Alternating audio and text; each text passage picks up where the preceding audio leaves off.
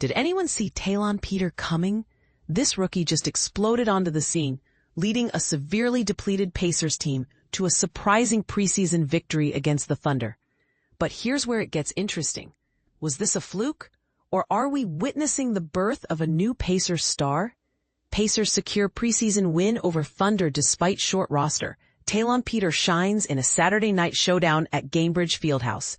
The Indiana Pacers, led by an unexpected hero, rookie Taelon Peter, defeated the Oklahoma City Thunder 116-101 in a preseason game that was a rematch of the NBA Finals.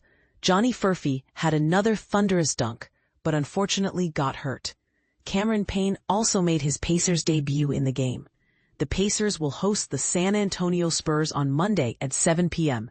The Pacers, now boasting a 2-0 preseason record, were missing a significant portion of their roster. But that didn't stop them. They'll face the San Antonio Spurs at home on Monday night. Fourth-year guard Benedict Mathurin contributed a solid 16 points in the first half, while forward Obi Toppin added 14 points before both were rested, signaling this was more about evaluating depth than chasing a win at all costs for established players. Quentin Jackson, another guard, chipped in 14 points on efficient shooting, 6 of 8, including 2 for 4 from beyond the arc before a sore right hamstring sidelined him. Ray J. Dennis scored 11.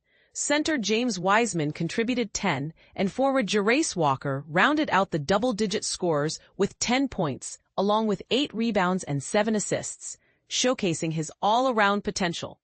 For the Thunder, Chris Youngblood led the scoring with 25 points. Both teams, still fresh from their finals appearance, opted to rest numerous key players, perhaps with an eye towards their regular season rematch on October 23rd. The Pacers were without all-star forward Pascal Siakam, point guard Andrew Nembhard, and small forward Aaron Nesmith. Furthermore, veteran point guard T.J. McConnell and guards Ben Shepherd and Cam Jones were sidelined with injuries. Of course, all-star Tyrese Halliburton is out for the season. The Thunder, not to be outdone, left a staggering 10 players back in Oklahoma City, including MVP Shai Gilgeous-Alexander, All-NBA forward Jalen Williams, and key rotation players like Chet Holmgren, Luguentz Dort, Isaiah Hartenstein, Alex Caruso, and Kenrich Williams. Talk about a skeleton crew. Here's a breakdown of 3 key takeaways from the game.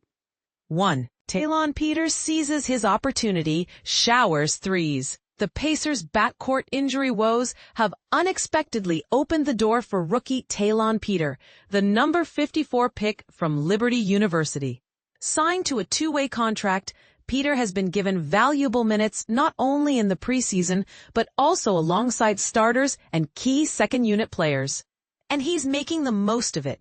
His performance in his second game was even more impressive than his first. Peter led the Pacers with 18 points, shooting an efficient 6-11 from the field and a scorching 4-8 from three-point range in 27 minutes.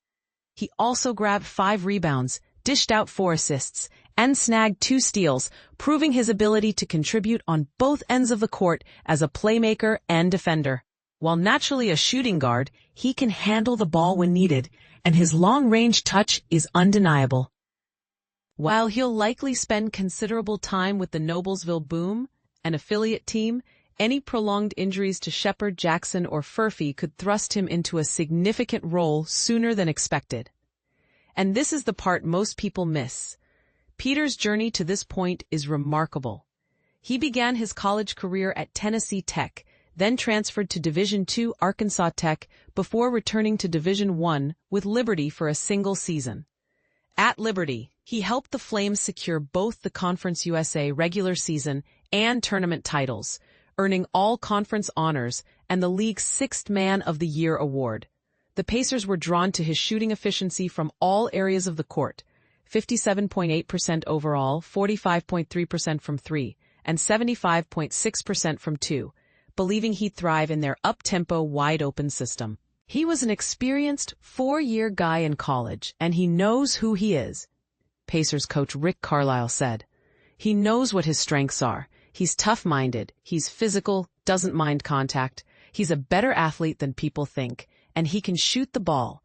Peter himself feels the Pacers' offense aligns perfectly with his strengths, allowing him to run the floor for easy transition buckets and find open looks from beyond the arc. His quick release and athletic build, 6'3", 185 pounds, make him well-suited for the Pacers' fluid style of play. At Liberty, we played similarly, Peter explained. I spread to the corners and made shots, and we played this randomized basketball on offense.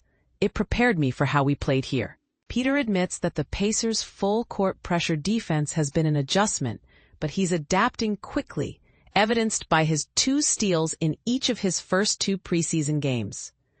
I surprised myself, Peter confessed. I've always been an offensive player, but I've never really put the time and effort into defense. I've kind of surprised myself with what I'm able to do on the defensive end. I think it's been a big part of this transition. I'm doing whatever I can to get on the court and stay on the court. A lot of times, that's what it takes. 2. Johnny Furphy's thunderous dunk ends in ankle sprain. Johnny Furphy continues to demonstrate his fearless approach, consistently attacking the basket and dunking over defenders. This time, Oklahoma City's Malavi Leons was the victim, mirroring a similar dunk over Bulls rookie Noah Essengay at the NBA Summer League. Furphy's dunk over Leons was a powerful right-handed tomahawk that ignited the Pacers' bench. It followed a similar dunk over new center Jay Huff in practice, which the Pacers playfully shared on social media. Huff joked about the widespread attention the dunk received, but acknowledged his teammates' impressive athleticism. That Furphy dunk was pretty ridiculous, Huff said. Every day we see something like that from him. It's pretty crazy. Furphy finished with 8 points on 3 of 6 shooting before suffering a left ankle sprain that forced him to leave the game. Here's hoping it's nothing serious. 3. Cameron Payne struggles to score in Pacers' debut. With T.J. McConnell sidelined and Andrew Nembhard resting, Cameron Payne made his Pacers' debut at point guard just 2 days after joining the team. He displayed proficiency in running the offense and a willingness to apply defensive pressure, but he's clearly still adjusting. Just days before, he was in New York, anticipating a return home to Phoenix for the season. Payne recorded 3 assists against 2 turnovers, showing flashes of connection with his new teammates.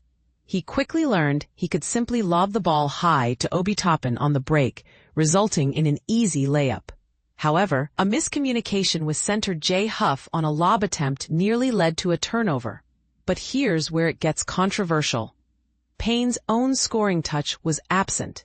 He missed 2 3-pointers on the game's first possession and finished with 0 points on 0-4 shooting in 19 minutes. Carlisle acknowledged that a transition period is to be expected, especially given the Pacers' demands on both ends of the court. While Payne had maintained his fitness, game condition is a different beast. He's still getting in shape, Carlisle said. At the timeout 5 minutes into the game, he was really tired. I think we left him in for another minute and tried to space his runs so it's not too much too soon. But he'll get his legs quickly. He's a pro athlete, has been for a decade. I like his feel for the game. I like his knowledge. He knows how to navigate running a team. He's going to get there very quickly. Quentin Jackson stepped in as the backup point guard for 11 first-half minutes, but didn't play in the second half due to a sore right hamstring. Jackson, primarily a shooting guard, is valued by Carlisle for his energy, which proved valuable last November when the Pacers were shorthanded. Despite occasional wildness, Jackson's energy provides a proven spark. On Saturday, he scored 14 points in just over 11 minutes, shooting 6 for 8 from the field and 2 for 4 from 3. He also added 2 assists and posted a +10 ± rating. He's aggressive, and he's another guy who knows who he is and how he has to play, Carlisle said. He's going to play with force. He's going to play with energy. He's going to push the issue offensively and defensively. He has a defiance with how he plays, which is who he is. So, what do you think? Is Taelon Peter the real deal, or just a preseason flash in the pan? Will Cameron Payne find his rhythm with the Pacers? And how concerning are these early injuries? Share your thoughts in the comments below.